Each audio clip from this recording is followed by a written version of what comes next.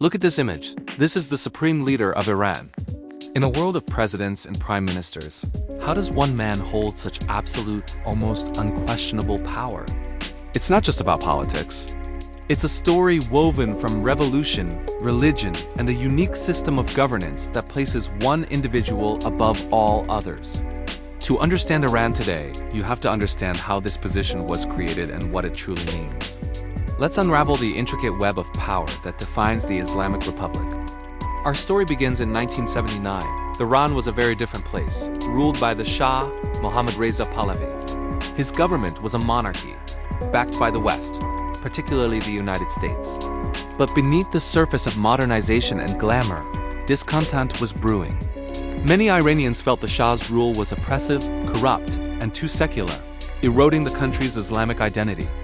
This discontent boiled over into a massive popular uprising, a revolution that swept across the nation.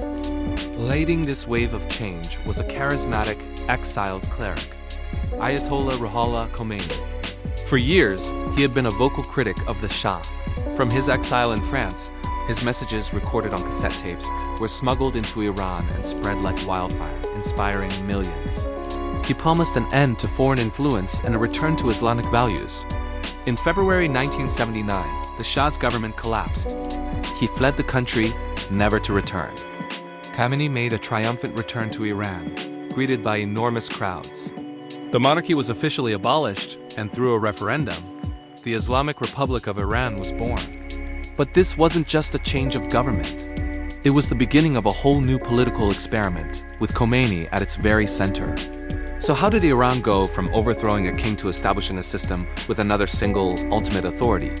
The answer lies in a powerful concept championed by Ayatollah Khomeini himself, Velayat-e Faqih. This Persian term translates to guardianship of the Islamic Jurist. It's the philosophical and legal backbone of the entire Iranian political structure. What does it mean?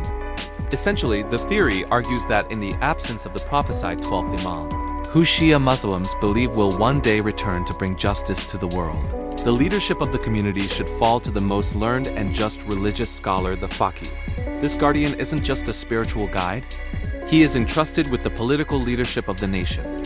His role is to ensure that all laws and government policies align with Islamic principles, or Sharia. Think of it like this. The people elect a president and a parliament to handle the day-to-day running of the country. But overseeing this entire structure is the supreme leader, the guardian jurist. He acts as the ultimate arbiter, the final say, ensuring the state doesn't stray from its Islamic path. This concept effectively merges religious authority with political power, creating a unique, theocratic democracy. The supreme leader's authority doesn't come from a popular vote, but from his perceived religious piety and scholarly expertise, as determined by a council of clerics. It's this doctrine that elevates the Ayatollah above all other elected officials. Now let's get into the specifics. This isn't just a symbolic role. The Iranian constitution grants the supreme leader immense, tangible power. He is the commander-in-chief of all armed forces. This includes the regular army, but more importantly, the powerful Islamic Revolutionary Guard Corps, or IRGC. The IRGC is a massive military, political, and economic force in Iran, and it answers directly to the supreme leader, giving him direct control over the country's most formidable security apparatus. But his power doesn't stop with the military. The supreme leader appoints the head of the judiciary. This means the entire legal system, from the top courts down to local judges, ultimately falls under his influence. He can dismiss judges or pardon prisoners, giving him profound control over justice and law enforcement in the country. What about the elected government? The president and the parliament, the majlis, are chosen by the people. However, their power is significantly checked. The supreme leader appoints half of the members of the Guardian Council. This is a 12-member body that has the power to vet all candidates for elections, including for president and parliament. They can disqualify anyone they deem unfit for office. Furthermore, the Guardian Council must approve all legislation passed by the parliament to ensure it conforms to the constitution and Islamic law. Through his influence over this council, the supreme leader effectively controls who can run for office and what laws can be passed. He also has the final say on all major state policies. Whether it's foreign affairs, the economy, or even environmental issues, He can dismiss a popularly elected president if he deems it necessary. So, while Iran has democratic institutions, the constitution places a non-elected religious figure in a position to overrule them at every turn. It's a system of checks and balances where one person holds all the final checks. So, what does this highly centralized power structure mean for the 88 million people living in Iran? Its impact is felt in every corner of society. Politically, it creates a very distinct landscape. While elections are held and often fiercely contested, the real political battles are often fought between factions within the ruling establishment, all vying for the supreme leader's favor. Public protests and dissent, especially those challenging the system itself, are often met with a harsh response from security forces controlled by the leader. Economically, the supreme leader's influence is vast. He controls massive tax-exempt religious foundations known as banyats. These organizations have huge stakes in almost every sector of the Iranian economy, from construction and banking to agriculture and pharmaceuticals. This gives the office of the supreme leader immense economic leverage, independent of the elected government's budget. On a daily basis, this system shapes cultural and social life. The state media, including radio and television, is under the supreme leader's control, shaping the public narrative.